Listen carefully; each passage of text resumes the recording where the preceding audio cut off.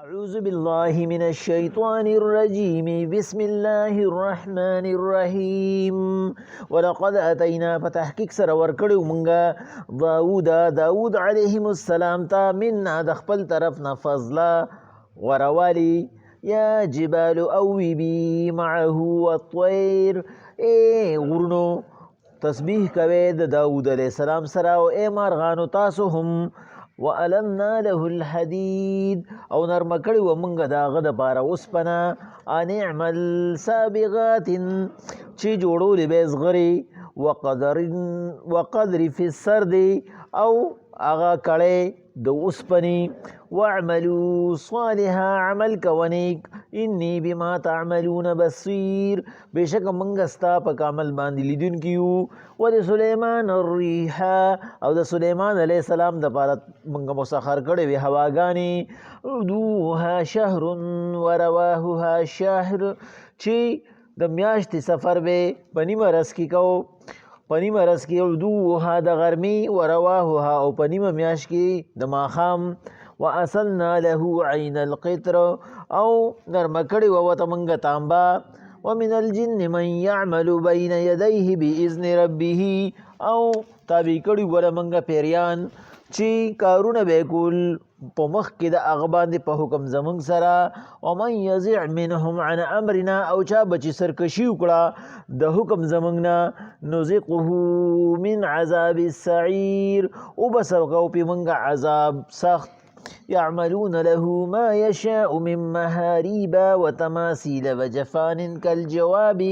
او عمل بیک او کارونه بیکول کم بچی خوښ شو د سلیمان علیه السلام من محاریب لکه د دنګو محلاتونه وتماثیل د تصویرونو نه وجفان د کاسونه کالجواب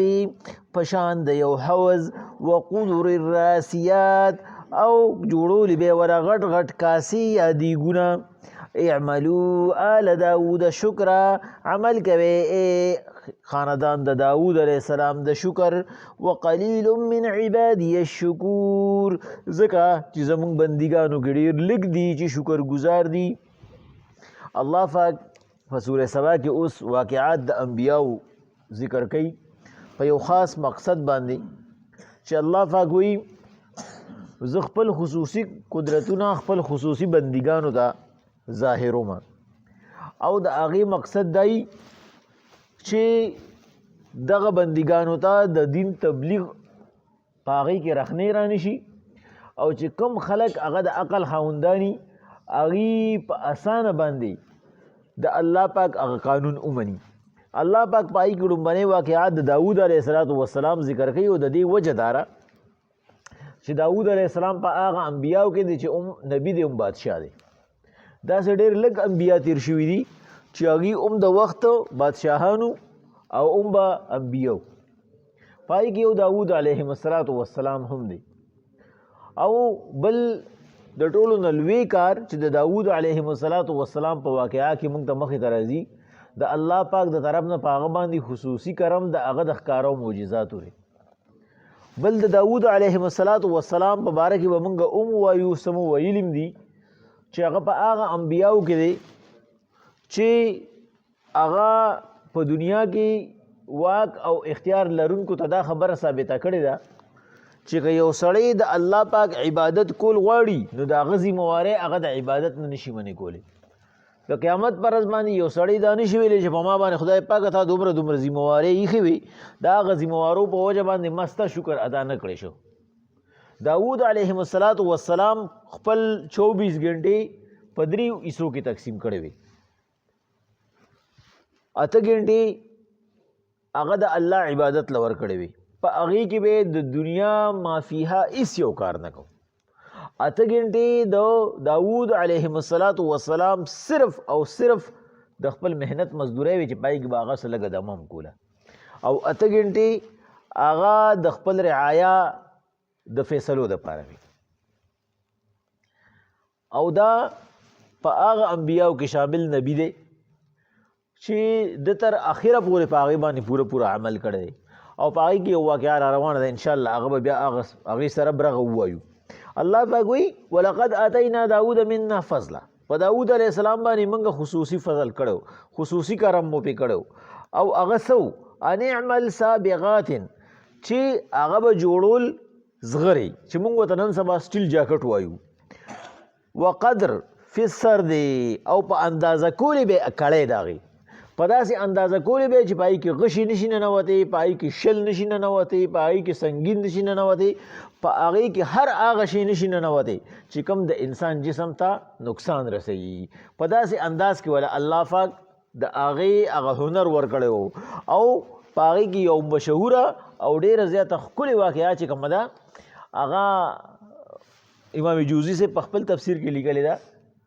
چې داود علیه السلام خو نور ټول کارونه داسې وو چې کم الله والا خلق کوي، خو داود علیه السلام به د بیت المال نه تنخواه اخسته او داسې به نه اخسته لکه څنګه چې زمونږ د نن سبا چې کوم دی مالي غنیمت جوړ کړی دی چې د عام بنده د هغه 10% نه سیوا کوي او په خپله باندې زمونږ وزیرانو ځان له د سړی 1 لاک نه ډایرکټ 5 لاک کړه. موږ ته ډېر ضرورت دی د تنخواګانو، نو 5 لاک د یو وزیر تنخوا شو چې ګرانی راځي نو د عوامو سر له راځي او چې ارداني راځي نو هغه د وزیرانو سر له راځي. داود علیه السلام د خپل رعایه د تپوس دپاره یو شپه راوتی و، خلکو نه یې تپوس کو چې دا داود څنګه سړی دی. پخوا خو چې کوم دی نو ټلیکمونیکیشن خو نه چې کیمرې وي تصویرونه چا به پیژنده نه، بس نوم به خلکو پیژنده په شکل به یې نه ولیدلی. داود علیهم السلام ګرځېده، یو بابا والا مخې له ورغی، هغه ته یې ویله دا داود څنګه سړی و دی؟ داود 1 نمبر سړی دی، ډېر ښکلی بادشاه دی، دارې خو که د عوامو یې نه خوړه. د عوامو خوراک خو دا و چې تنخوا به یې اخسته. بس هغه د الله پاک نه سوال وکړو، خدای پاکه که چېرې زه محنت مزدوري شروع کوم لکه څنګه چې نور خلک کوي نو ستا د بندګانو مسلې به ډېرې شي، ما له یو اسان روزګار راکړه چې هغه روزګار داسې چې ناشنا ومي نو چې زما پې ټیم هم بچ کېږي، زما پې حلال رزق هم میلاویږي. بس الله پاک ورته وی ته چې اوسپنې ته لاس کوې بس هغه به لکه د اوبو په شانتې نرمېږي، ته چې ترېنه سم جوړی هغه به تې جوړېږي. په دې وجه باندې زمونږ فقها وایي الله پاک د داود علیهم السلام دپاره د اوسپنې دا معجزه ځکه صادره کړه چې د اوسپنه کې الله پاک یو خپل خصوصیت ایښی دی، روب دی پکې، په دې اوسپنه کې روب دی. کوم یو سړي سره یا ماشوم سره چې دا موجود دی نو سړي باندې ته یره راځي. زمونږ ډېر مشران او علما داسې هم دي چې هغې د دې خلاف دي چې یاره موږ ماشومانو سره اکثر چاکو کیدو وړوکې، یا چې سملو یې نو سر ته ولا چاړه کیدو یا ولا اوسپنه سر ته کیدو. هغوی وایي دا شرک دی. ولې الله پاک چې دله راولي نو ولې په دې کې نشي راوستی؟ موږ ورته وایي زمونږ مقصد دا نه دی، انسان کمزور دی، د هغه د کمزورۍ خبره موږ څو پیرې کړې ده. لکه د موسی علیهم السلام په واقعه کې موږ وایو چې موسی علیه السلام ته الله پاک وی لاس که دې امسا ته، نو هغه خو امسا نه و، هغه وخت خو هغه مارو. موسی علیه السلام چې کوم دی نو هغه خپل لستوڼې داسې کو او دغه شانتې کو، هغه راغونډې کو داسې کو ورته. نو الله پاک ورته موسی علیه السلام ته چې لستوڼي ته وړی واچولې، دا وړی به د ده ټک نه تا بچ کي، ورته خدای پاکه تا را لړه کې دا اچولي، دا یې را لتاړه کې اچولي چې دا مضر څیز دی او دا خطرناک دی. نو په دې وجه باندې ما خپل احتیاط وکړو. نو په دې وجه دا یو احتیاط دی، د علماو په دې باندې اتفاق دی. بعضې تفاسیر هم دا خبر راغستی را چې په دې پیریانو کې یو پیریان دی هغې ته اسیب وي، دا اسیب د هغې ماشومان دي، وی دا کور اسیب زده دی، موږ اکثر وایو، یا دا علاقه اسیب زده ده، درنه ده په پښتو کې ورته موږ وایو، دا د هغې هغه ماشومان دي. نو هغه ماشومان په ماشومانو کې دي لکه څنګه چې لوی په لوی کې دي. نو د هغه ماشومانو دپاره اکثر چې کوم دی نو مور پلار چې ماښام کې چې دا استاد جي له دم لم راوباسي نو چاړې ورسره راغوستي، چاقوي ورسره راغوستي. نو دا په دې وجه باندې چې هغې د دې نه یېرېږي، الله پاک دې ورته په زړه کې اچولې ده. او دا یو ښکاره خبره ده، ما تا چې چېرته یو کس سره میلاویږو او د هغه په بټه تماشې سره ملا ولګي نو 2 فوټه ترې وروستو کېږو نه، هلکه ته سره تماچه ده یار، هغه لیونی خو نه دی چې دا باندې تماچه راړي، خو هغه تماچه کې هغه خپله یره او خوب په هغه اوسپنه کې دومره دی چې زما ستا تماچې سره لاس ولګي نو 2 فوټه تېر وروسته شو سره بډه تماچه ده دک شانتي اګیم په زړه کې دا خبره چې کم دی نو پرته ده چې بای د سره دا نو که دله زه خواله ورځم وایي مې بي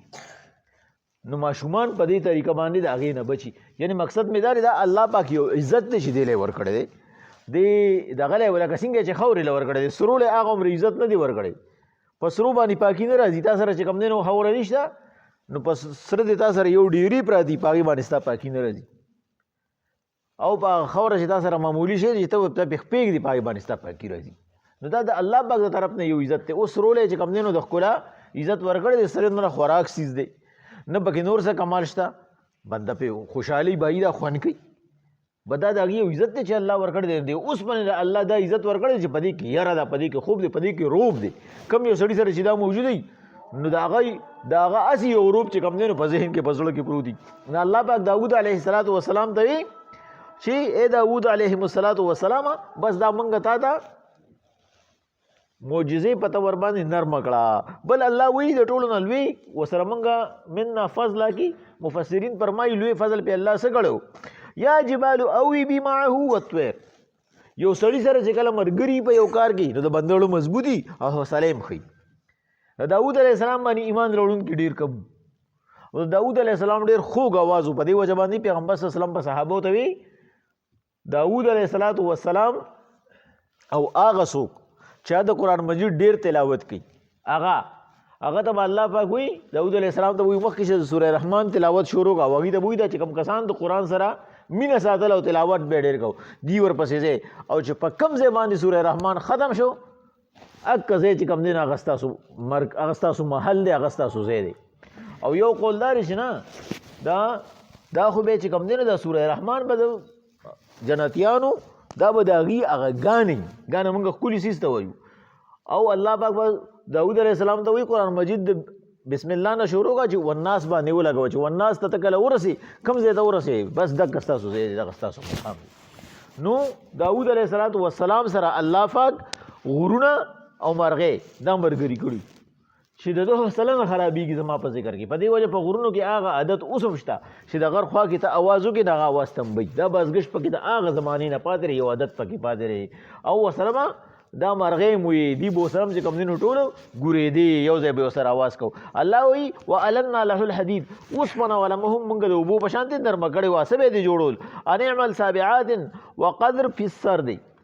هغه به دې نه زغرې جوړولې چې په اندازه کولې به قدر ویلی شي چې کوم دی نو دایرې ته او سرد ویلی شي اندازه کولو ته په اندازه کولې به واعملوا صالحا موږ ورته داود علیه السلام ته عمل کوه نیک یعنې شکر وباسه بس په دې باندې د دې د ټولو نه لوی اجرت چې کوم دی هغه شکر دی به شکر پې وباسه انی بما تعملون بصیر موږ ستا په دې عمل باندې لیدونکي یو ته چې کوم کار کوې د کوم مقصد دپاره کې ولسلیمان الریحه د هغه د زوی د سلیمان علیه السلام دپاره چې هغه له موږ الله پاک هغه له په 14 کالو په عمر کې بادشاهت ورکړو د داود علیه السلام د 18 یا د 18 زامنو کې الله پاک د هغه انتخاب کړی او